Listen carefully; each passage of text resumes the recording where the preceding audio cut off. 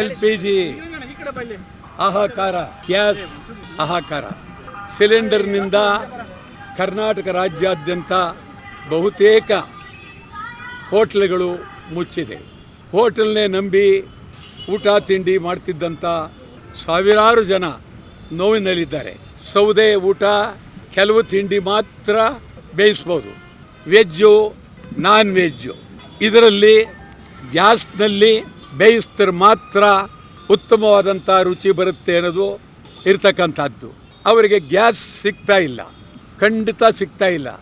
ಭಾಳ ಕಡಿಮೆ, ಭಾಳ ಶೂನ್ಯ, ಝೀರೋ ಇದರಲ್ಲಿ ಕೊಡ್ತಾ ಇದ್ದಾರೆ. ಇಡೀ ಕರ್ನಾಟಕದ ಹೋಟೆಲ್ ಮಾಲೀಕರು ನೋವಿನಲ್ಲಿದ್ದಾರೆ. ಇದು ಗಂಭೀರವಾದಂಥ ಪರಿಸ್ಥಿತಿ.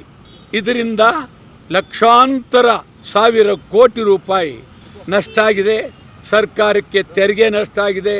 ಹೋಟೆಲ್ ಮಾಲೀಕರಿಗೆ ಬರ್ತಕ್ಕಂಥ ಹಣ ಬರ್ತಾ ಇಲ್ಲ, ಬಾಡಿಗೆ ಕಟ್ಟಕ್ಕಾಗ್ತಾ ಇಲ್ಲ, ಕಾರ್ಮಿಕರಿಗೆ ಸಂಬಳ ಕೊಡಕ್ಕಾಗ್ತಾ ಇಲ್ಲ. ಈ ಪರಿಸ್ಥಿತಿಯಲ್ಲಿ ಕರ್ನಾಟಕದ ಹೋಟೆಲ್ ಮಾಲೀಕರುಗಳು ಬದುಕ್ತಾ ಇದ್ದಾರೆ. ಇದ್ರ ಜೊತೆಯಲ್ಲಿ ಜನಸಾಮಾನ್ಯರು ಗ್ಯಾಸ್ ಇಲ್ಲದೆ ಅವರು ತೊಂದರೆಯಲ್ಲಿ ಬದುಕ್ತಿದ್ದಾರೆ.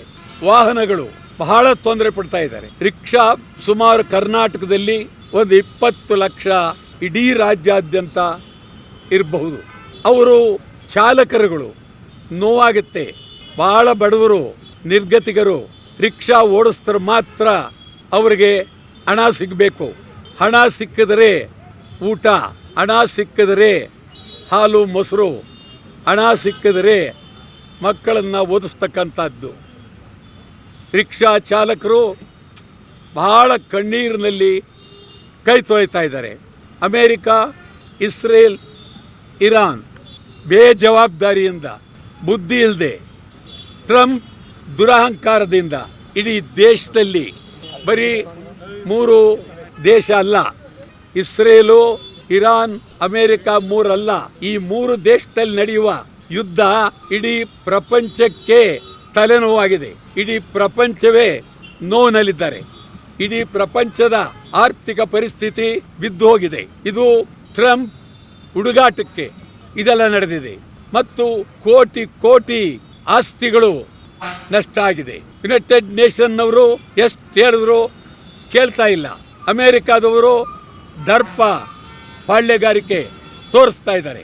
ಅಮೇರಿಕಾದವರು ನಡೆಸಿರ್ತಕ್ಕಂಥ ಈ ಒಂದು ದಾಳಿ ದೇಶದ ಇತಿಹಾಸದಲ್ಲೇ ಕೆಟ್ಟ ದಾಳಿ. ಇಸ್ರೇಲ್ ಭಾಳ ಅಟವಾದಿ, ಅವ್ರದ್ದು ತೀರ ಅತಿಯಾಗಿದೆ.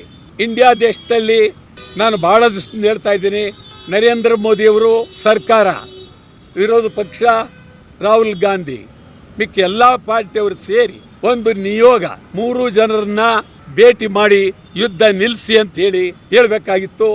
ಇವರು ಹೇಳಲಿಲ್ಲ.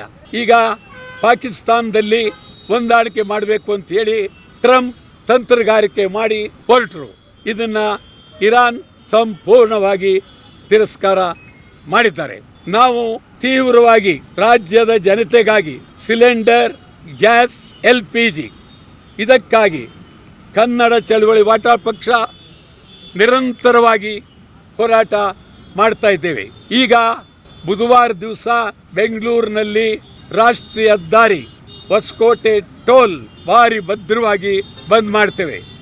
ನಿರಂತರವಾಗಿ ಹೋರಾಟವನ್ನು ಮಾಡ್ತೇವೆ. ಯುದ್ಧ ನಿಲ್ಬೇಕು, ಗ್ಯಾಸ್ ಬೇಕು, ಸಿಲಿಂಡರ್ ಬೇಕು, LPG ಬೇಕು.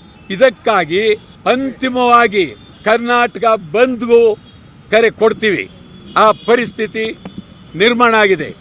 ಇದನ್ನು ಕರ್ನಾಟಕ ಸರ್ಕಾರ ತಮ್ಮದಲ್ಲ ಅಂಥೇಳಿ ನೀವು ಕೇಂದ್ರ ಸರ್ಕಾರ ಅಂಥೇಳಿ ಕೈ ಕಟ್ಟಿ ಕೂತ್ಕೊಳ್ಳೋಕ್ಕಾಗೋದಿಲ್ಲ. ಸಿದ್ದರಾಮಯ್ಯನವರೇ ಈ ರಾಜ್ಯದಲ್ಲಿ ಇವತ್ತು ಹೊಟ್ಟೆಗಾಗಿ ನೋವು ಪಡ್ತಾ ಇದ್ದಾರೆ, ಬಡ ಜನ ನೋವು ಪಡ್ತಾ ಇದ್ದಾರೆ, ರಿಕ್ಷಾ ಚಾಲಕ ನೋವು ಪಡ್ತಾ ಇದ್ದಾರೆ. ಕರ್ನಾಟಕ ಸರ್ಕಾರ ರಿಕ್ಷಾ ಚಾಲಕರಿಗೆ ಕನಿಷ್ಠ 10,000 ರೂಪಾಯಿ ಒಂದು ಈ ಸಂದರ್ಭದಲ್ಲಿ ತೊಂದರೆಯಿಂದ ಅವರ ತೊಂದರೆಯನ್ನು ನಿವಾರಣೆ ಮಾಡೋದಕ್ಕೆ ಇಡೀ ರಾಜ್ಯದ ಎಲ್ಲ ರಿಕ್ಷಾ ಚಾಲಕರುಗಳಿಗೆ 10,000 ರೂಪಾಯಿ ತಕ್ಷಣ ಅವರ ಕುಡಿಯೋ ನೀರಿಗಾಗಿ, ಊಟಕ್ಕಾಗಿ 10,000 ರೂಪಾಯಿ ರಿಕ್ಷಾ ಚಾಲಕರುಗಳಿಗೆ ಕೊಡಬೇಕು. ರಿಕ್ಷಾ ಚಾಲಕರನ್ನ ಇನ್ನು 1 ವಾರದಲ್ಲಿ ಇಡೀ ರಾಜ್ಯಾದ್ಯಂತ ರಿಕ್ಷಾ ಬಂದ್ ಮಾಡ್ತೀವಿ. ಎಲ್ಲ ಕಡೆ ರಿಕ್ಷಾ ಬಂದ್, ಚಾಲಕರಿಗೆ 10,000 ಕೊಡಬೇಕು ಅಂತೇಳಿ ತೀವ್ರವಾಗಿ ನಾನು ರಿಕ್ಷಾ ಚಾಲಕರ ಪರವಾಗಿ ಭದ್ರವಾಗಿ ನಿಂತಿದ್ದೇನೆ. ರಿಕ್ಷಾ ಚಾಲಕರನ್ನು ಇನ್ನು ಒಂದು ವಾರದಲ್ಲಿ ಇಡೀ ರಾಜ್ಯಾದ್ಯಂತ ರಿಕ್ಷಾ ಬಂದ್ ಮಾಡ್ತೀವಿ. ಎಲ್ಲ ಕಡೆ ರಿಕ್ಷಾ ಬಂದ್, ಚಾಲಕರಿಗೆ 10,000 ಕೊಡಬೇಕು ಅಂತೇಳಿ ತೀವ್ರವಾಗಿ ಈ ಒಂದು ಮಾಡ್ತೀವಿ. ಇವತ್ತು ರಿಕ್ಷಾ ಪ್ರಯಾಣಿಕರನ್ನ ತಮ್ಮ ರಿಕ್ಷಾದಲ್ಲಿ ಕರೆದುಕೊಂಡು ಹೋಗ್ತಾ ಇದ್ರು. ಆದರೆ LPG ಇಲ್ಲದೆ ಇರೋದ್ರಿಂದ ರಿಕ್ಷಾದಲ್ಲಿ ಪ್ರಯಾಣಿಕರು ಹೋಗಂಗಿಲ್ಲ. ಆದ್ದರಿಂದ ರಿಕ್ಷಾವನ್ನ ಜಟ್ಗಾ ಗಾಡಿ ರಿಕ್ಷಾ ಪ್ರಯಾಣಿಕರನ್ನ ಕರೆದುಕೊಂಡು ಹೋಗ್ತಿದ್ದಂಥ ರಿಕ್ಷಾನ ನಾವು ಕನ್ನಡ ಚಳವಳಿ ವಾಟಾ ಪಕ್ಷ ವಿನೂತನವಾಗಿ ಜಟ್ಗಾ ಗಾಡಿ ಮೂಲಕ ರಿಕ್ಷಾ ಎಳೆಯುವ ವಿನೂತನ ಚಳವಳಿಯನ್ನು ಈಗ ನಾವು ಆರಂಭ ಮಾಡ್ತೇವೆ.